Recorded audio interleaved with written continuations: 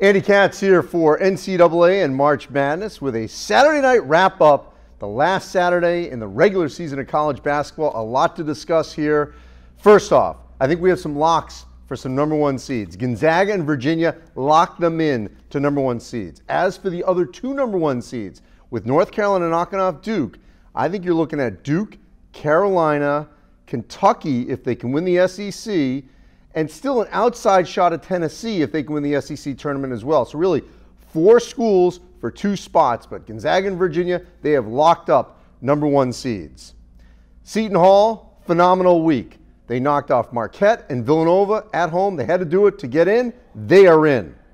Temple, with a win over UCF, marked them in. That will be four teams for the American Athletic Conference. Houston, UCF, Cincinnati, and Temple are all going to get into the field. In the Big 12, Kansas streak of 14 straight, no more. They will not win a 15 straight as Kansas State and Texas Tech, phenomenal coaching jobs from Bruce Weber and, of course, Chris Beard, who will be in contention for National Coach of the Year as they share the Big 12 regular season title. In the Big 10, Purdue beats Northwestern, Michigan State beats Michigan, so there's a co-championship in the Big 10 between Michigan State and Purdue, and you can put down Matt Painter and Tom Izzo as potential National Coach of the Year candidates as they share the Big 10 regular season title. Arizona State's win over Arizona, they should be in. Big wins for TCU over Texas as a bubble team.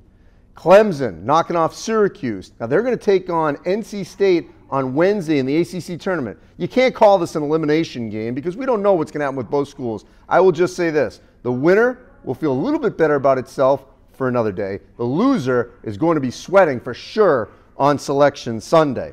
St. John's in real trouble right now after losing to Xavier. They're going to have to do some work in the Big East tournament to feel at least somewhat of security on Selection Sunday. Alabama in really a danger zone. They may be definitely out after losing to Arkansas. Unfortunately, Loyola Chicago not going to be able to repeat its dream from a year ago. They lose in the Missouri Valley Conference semifinals, so they are out. Mike Dahm from South Dakota State no longer going to be in the NCAA tournament as the Jackrabbits lose to Western Illinois in the quarterfinals of the Summit Conference. Mike Dahm, who came back to South Dakota State instead of going somewhere else as a grad transfer, will not get another shot in the NCAA tournament.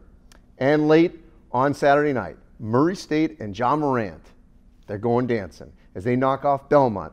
So John Morant will be in the NCAA tournament. We will not get Mike Dahm. We will not get Chris Clemens from Campbell, but we will get John Morant and all that he brings to a basketball game and certainly everything else with his electrifying ability to dunk, to lead a team. The big question now is, can Belmont get in on its own merit as an at-large? Selection committee is really going to have to look at Belmont over the course of this week. Can the OVC get two bids in? Murray State did not have as strong a case as maybe Belmont does, so this could work out for the OVC, but certainly got to watch out for other bid stealers over the next week. So that's a quick wrap on Saturday night in college basketball, the last Saturday night of the regular season. I'm Andy Katz for NCAA.com and March Madness.